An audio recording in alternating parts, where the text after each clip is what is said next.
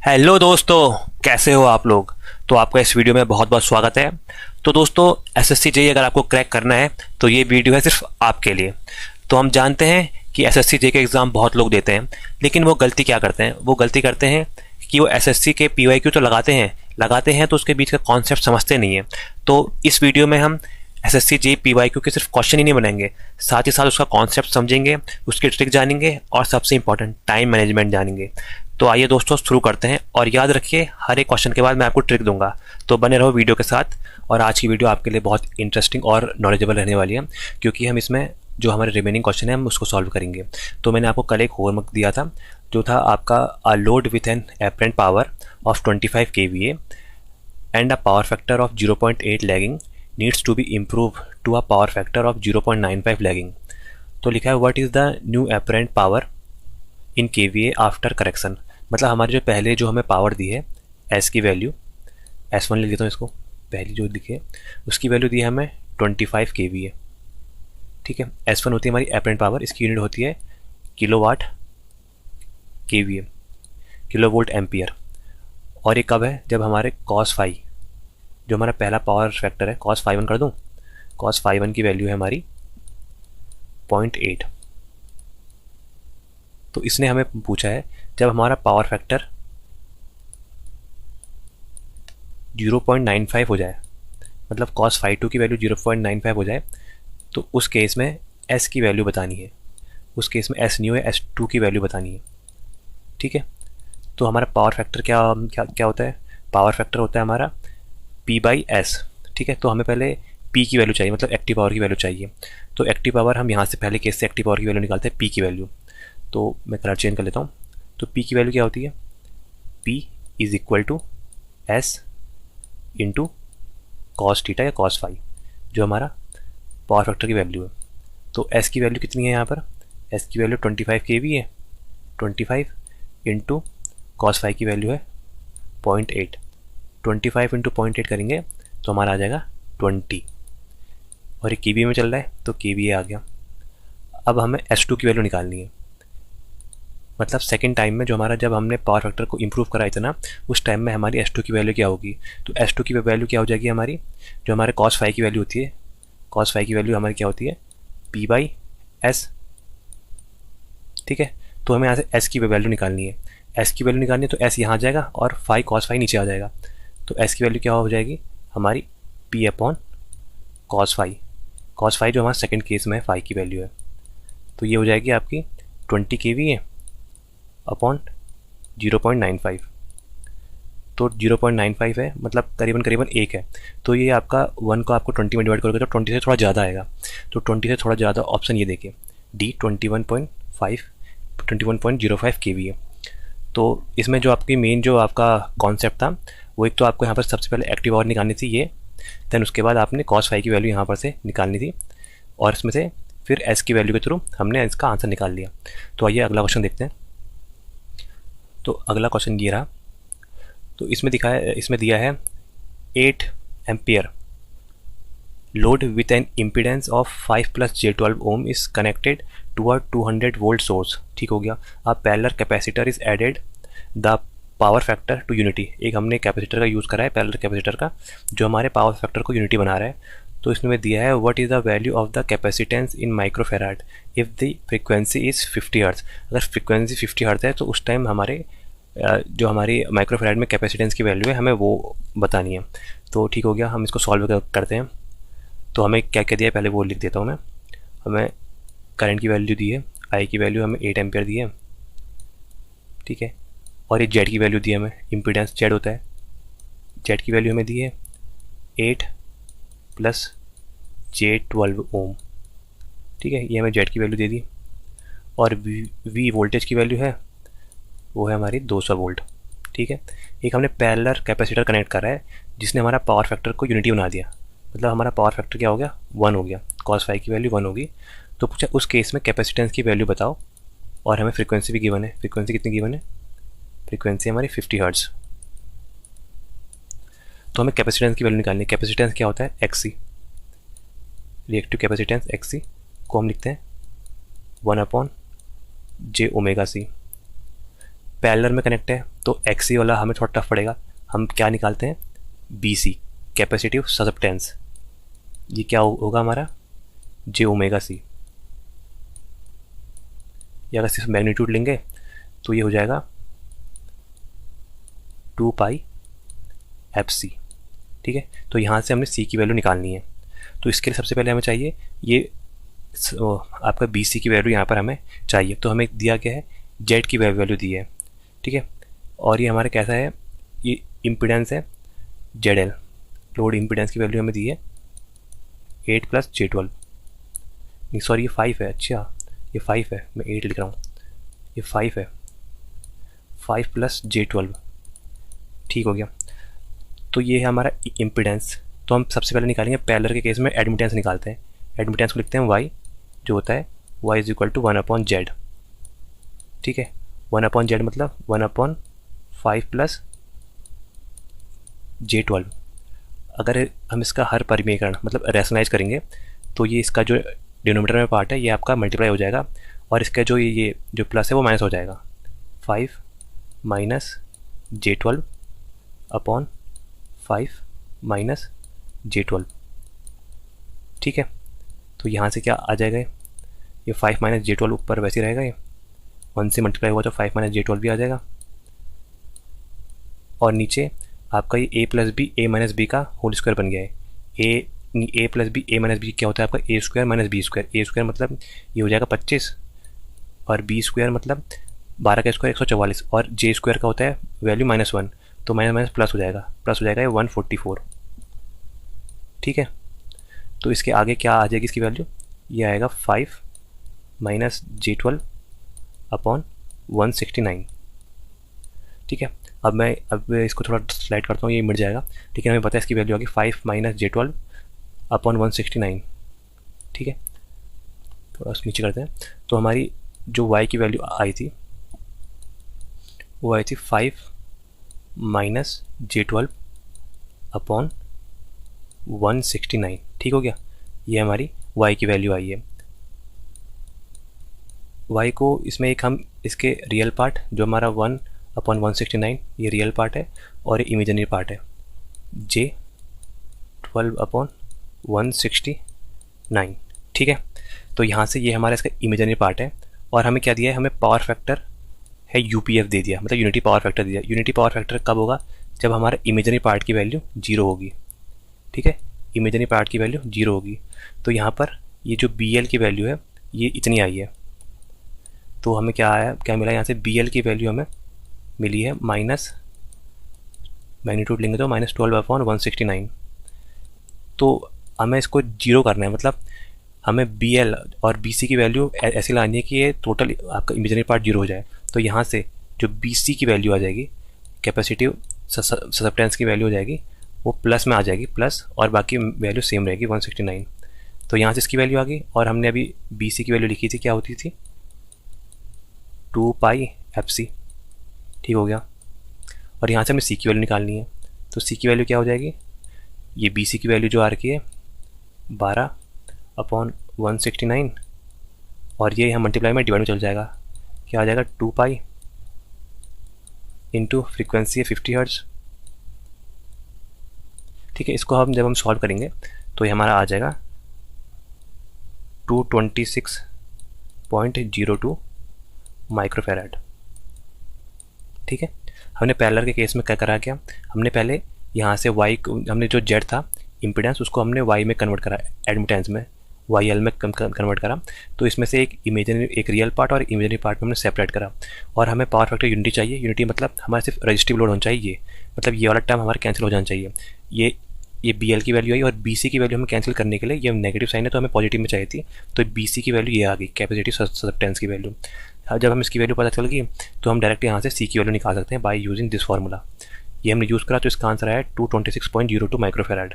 हालांकि इसका जो आंसर दिया है वो इसमें गलत दिया है। देखिए इसका जो ऑप्शन दिया है ये देखिए 22.6 माइक्रोफैराड, ये इसका आंसर यहाँ पर इन्होंने सही माना, लेकिन यहाँ पर आंसर होना चाहिए था 226.02 माइक्रोफैराड, या 02 माइक्रोफैराड, या 226 माइक्रोफैराड। यहाँ पर एक पॉइंट का उन्होंने दिक्कत हो गई थी। बाकी ये क्वेश्चन आपको समझ में आ गया होगा। अब अगला क्वेश्चन देखते हैं। ठीक है, थोड़ा सा मैं इसको फिट कर देता हूँ।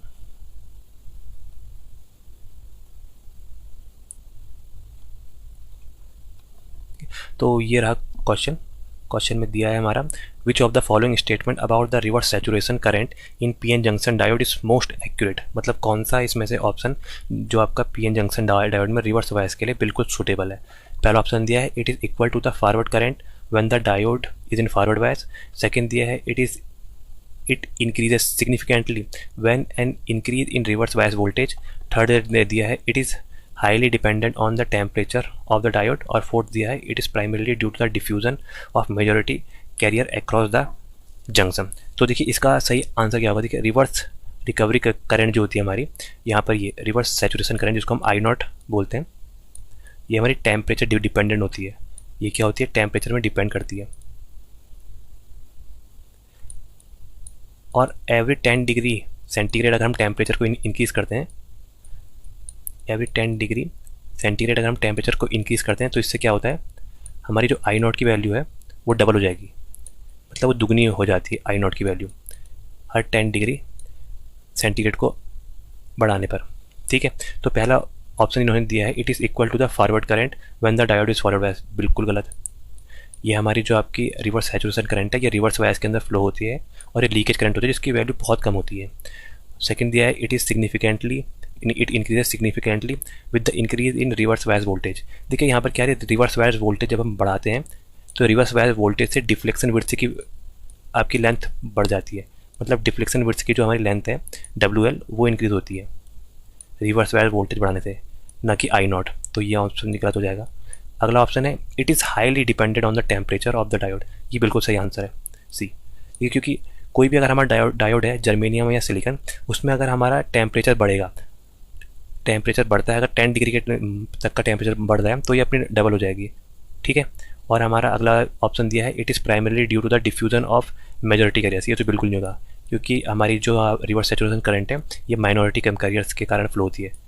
माइनॉरिटी मतलब अल्पसंख्यक, जैसे हमारे पी टाइप में होते हैं इलेक्ट्रॉन्स माइनॉरिटी में होते हैं और एन टाइप में क्या होते हैं, हमारे होल्स माइनॉरिटी में होते हैं।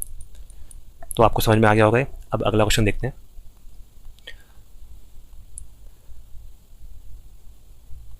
देखिए ये जो वाला जो क्वेश्चन है ये एक थ्योरेटिकल क्वेश्चन है, ये मैं आपको होमवर्क दे रहा हूँ और कल मैं इस क्वेश्चन को बताने के बाद देन आपके बाकी क्वेश्चन को स्टार्ट करूँगा।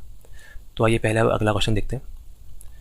तो अगला क्वेश्चन है what is the RMS value of an sinusoidal current with the peak value of 10 ampere. अगर पीक वैल्यू 10 एम्पियर है तो उसकी RMS वैल्यू क्या होगी साइनोसोडल वोल्टेज की। तो देखिए साइनोसोडल वोल्टेज में RMS का फॉर्मूला क्या होता है, यहाँ करंट दिया है इसलिए मैंने IRMS लिखा है। IRMS होता है IM, मतलब मैक्सिमम करंट कितनी है अपॉन √2। √2 हमारा साइनोसोडल के केस में आता है √2। ठीक है, तो यहाँ पर IM जो मैक्सिमम वोल्टेज है उसको ही, उस मैक्सिमम करंट है उसको ही हम पीक करंट बोलते हैं। यहाँ पर उसकी वैल्यू दी है 10 बाई, यहाँ पर ये कितना है √2, 10 बाई √2 करेंगे तो ये आ जाएगा 7.07 एम्पियर, क्योंकि √2 की वैल्यू क्या होती है 0.707। ठीक है, तो इसका आंसर आ जाएगा डी। अब अगला क्वेश्चन देखते हैं। अगला क्वेश्चन दिया है the RMS value of an triangular waveform is what fraction of the peak value, मतलब पीक वैल्यू का कौन सा हिस्सा ट्रायंगुलर वेवफॉर्म के RMS वैल्यू होता है। देखिए ट्रायंगुलर वेवफॉर्म क्या होती है, ये ऐसे। ठीक है, ये सॉटूथ या ट्रायंगुलर आप कुछ भी बोल सकते हैं, जिसकी RMS वैल्यू का फॉर्मूला होता है IRMS या कुछ भी VRMS। तो ये क्या होता है मैक्सिमम वोल्टेज या मैक्सिमम करंट IM बाई यहाँ पर जो फैक्टर से डिवाइड होता है वो होता है √3। ठीक है, तो ये कितने टाइम कम हो जाती है, ये √3 टाइम कम हो जाती है, 1/√3 टाइम कम हो जाती है। तो इसका सही आंसर होगा, अच्छा ऑप्शन नहीं है तो इसका सही आंसर होगा 1/√3 टाइम्स। ठीक है, आइए अगला क्वेश्चन देखते हैं।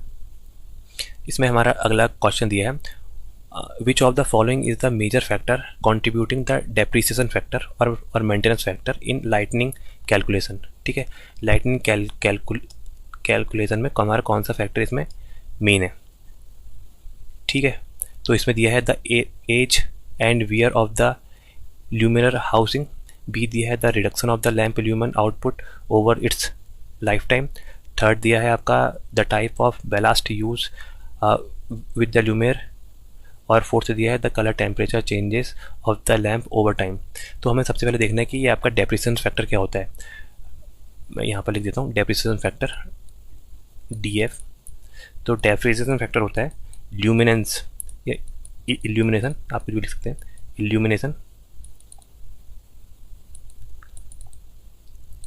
इल्यूमिनेशन कितना आ रहा है हमारा वर्किंग प्लेन में, जहाँ हम काम कर रहे हैं उसमें कितना इल्यूमिनेशन आ रहा है एट इनिशियल कंडीशन, मतलब शुरुआत में कितना हमारे पास इल्यूमिनेशन आ रहा है, और हमारा इल्यूमिनेशन अभी के टाइम में, इल्यूमिनेशन करंट, मतलब अभी की स्टेज में इल्यूमिनेशन कितना आ रहा है, मतलब जब हम कोई बल्ब लेके आए उस टाइम उसका इल्यूमिनेशन, मतलब उस टाइम उसकी रोशनी कितनी थी और अभी उसकी रोशनी कितनी है। तो इसी के जो अनुपात है इसके रेशियो को हम डेप्रिसिएशन फैक्टर बोलते हैं। और डेप्रिसिएशन फैक्टर की वैल्यू हमेशा ग्रेटर देन 1 होती है, क्योंकि जब हम शुरुआत में आते हैं तो किसी भी बल्ब या लैंप की जो चमक होती है वो ज़्यादा रहती है, लेकिन समय के साथ उसका ल्यूमेन कम हो जाता है, जिसके कारण उसका ल्यूमिनस आउटपुट कम हो जाता है जैसे जैसे उसकी लाइफ बढ़ती है। तो जैसे जैसे इसकी वैल्यू बढ़ती है तो डेप्रिसिएशन फैक्टर की वैल्यू घट जाती है, तो इसलिए इसकी वैल्यू 1 से कम रहेगी। तो इसका सही आंसर हो जाएगा एज ऑफ, नहीं, इसका सही आंसर ये B, reduction in the lamp luminous output over its life time, मतलब जैसे जैसे हम इसको आगे यूज़ करते हैं इसका लैम्प का आउटपुट कम हो जाता है। ठीक है, तो आइए अगला क्वेश्चन देखते हैं। अगला क्वेश्चन दिया है what is the standard voltage supply for a single phase residential electrical installation. Single phase residential के लिए हमारी जो आपकी सप्लाई है वो कितने वोल्टेज है ये पूछ रहा है। तो हमें पता है सिंगल फेज हमारा 230 वोल्ट होता है। आपके अभी भी अपने बल्ब या आपके कोई भी इक्विपमेंट है जो सिंगल फेज में काम करते हैं उसकी आप रेटिंग देखेगा तो वो हमेशा आएगी आपकी 230 वोल्ट। आंसर ए इसका बिल्कुल सही हो जाएगा। ठीक है, अगला क्वेश्चन देखते हैं। According to the Indian electricity rule IE rule what is the standard frequency of an alternating current supply in India. मतलब इंडिया में AC की जो आपकी फ्रिक्वेंसी है वो कितनी है। आपको पता है कि AC की फ्रिक्वेंसी इंडिया में क्या है 50 हर्ट्ज, ये IE रूल के हिसाब से भी यही है 50 हर्ट्ज। ठीक है, 230 वोल्ट और 50 हर्ट्ज हमारी सिंगल फेज सप्लाई है, जिसमें सिंगल फेज में 230 वोल्टेज है और 50 हमारी फ्रिक्वेंसी है। तो आइए अगला का क्वेश्चन देखते हैं, और ये क्वेश्चन आज का लास्ट क्वेश्चन है। तो इसमें दिया है an industrial plant with a total load of 750 kilowatt. देखिए किलोवाट में दिया है, मतलब ये एक्टिव पावर है P। ठीक है, ये हमारे P की वैल्यू दी है and the power factor is 0.75 lagging. Have to improve, हमें पावर फैक्टर इंप्रूव करना है कितना 0.95 तक इंप्रूव करना है। तो calculate KVAR of the capacitor bank. तो हमें QC की वैल्यू बतानी है, सिंपल सी बात है। तो हमें किसकी वैल्यू दी है, आपको पहले मैं QC का फॉर्मूला लिखा देता हूँ। QC क्या होता है, QC होता है हमारा P इंटू 10∅1 माइनस 10∅2। ठीक है, 10∅1 माइनस 10∅2। तो ये इसका फॉर्मूला है। इसमें हमें P की वैल्यू गिवन है। देखिए P की वैल्यू हमें यहाँ क्या दी है, P की वैल्यू दी है 750 किलोवाट, 750 kW। और हमारा पहले पावर फैक्टर दिया है cos∅1 की वैल्यू कितनी दी है, cos∅1 की वैल्यू दी है 0.75। यहाँ से हम ∅1 की वैल्यू निकालेंगे cos इनवर्स 0.75 करके। ठीक है, cos इनवर्स 0.75 करके हम यहाँ पर निकालेंगे इसकी वैल्यू। ये हम कैलकुलेटर के थ्रू निकालेंगे तो इसकी वैल्यू आ जाएगी हमारी 41.41 डिग्री। अब ये जो ∅1 की वैल्यू है ये हम 10 में रखेंगे। किस में रखेंगे, 10 में, 10∅1 मतलब 1041.41, और 1041.41 की वैल्यू होगी हमारी 0.8819। सिमिलरली हम यहाँ पर से ∅2 की वैल्यू निकालेंगे, cos∅2 जो हमें 0.95 दिया है। तो यहाँ से हमारी ∅2 की वैल्यू आ जाएगी, और ∅2 की वैल्यू हमारी यहाँ पर से क्या आएगी, ∅2 की वैल्यू आएगी 18.19 डिग्री। ठीक है, अब इसकी वैल्यू हम 10 में रख देंगे 10∅2 की वैल्यू निकालने के लिए। 10∅2 की वैल्यू की निकालने के लिए 10 18.19, 10 18.19 होता है आपका 0.3287। ठीक है, तो 10∅2 की वैल्यू निकल गई, 10∅1 की वैल्यू निकल गई है। ठीक है, ये 8 है, 8819, और P की वैल्यू निकल गई। अब इस फॉर्मूले में हम वैल्यू पुट कर देते हैं। ठीक है, QC की वैल्यू निकालनी है, P की वैल्यू है 750, क्योंकि kVAR में ही दिए है तो इसको किलोवाट में अपने आप रहने देते हैं, 750 लिख देते हैं। 750 इंटू यहाँ पर 1051 की वैल्यू क्या आई है, 0.8819। इसमें से माइनस कितना करना है हमें, माइनस करना है ये 0.33, 0.3281, इसको माइनस करेंगे तो ये आ जाएगा हमारा 750 इंटू, यहाँ से इसमें माइनस करेंगे तो माइनस करके ये आएगा आपका 0.53 के आसपास, 0.53, मतलब 735 को 0.53 से हम मल्टीप्लाई करेंगे तो अप्रॉक्सीमेटली आ जाएगा 415 kVAR। ठीक है, तो इसका आंसर हो जाएगा डी, 415 kVAR। तो उम्मीद करता हूँ कि आपको ये वीडियो पसंद आई होगी दोस्तों, बने रहो मेरे साथ। Thank you so much.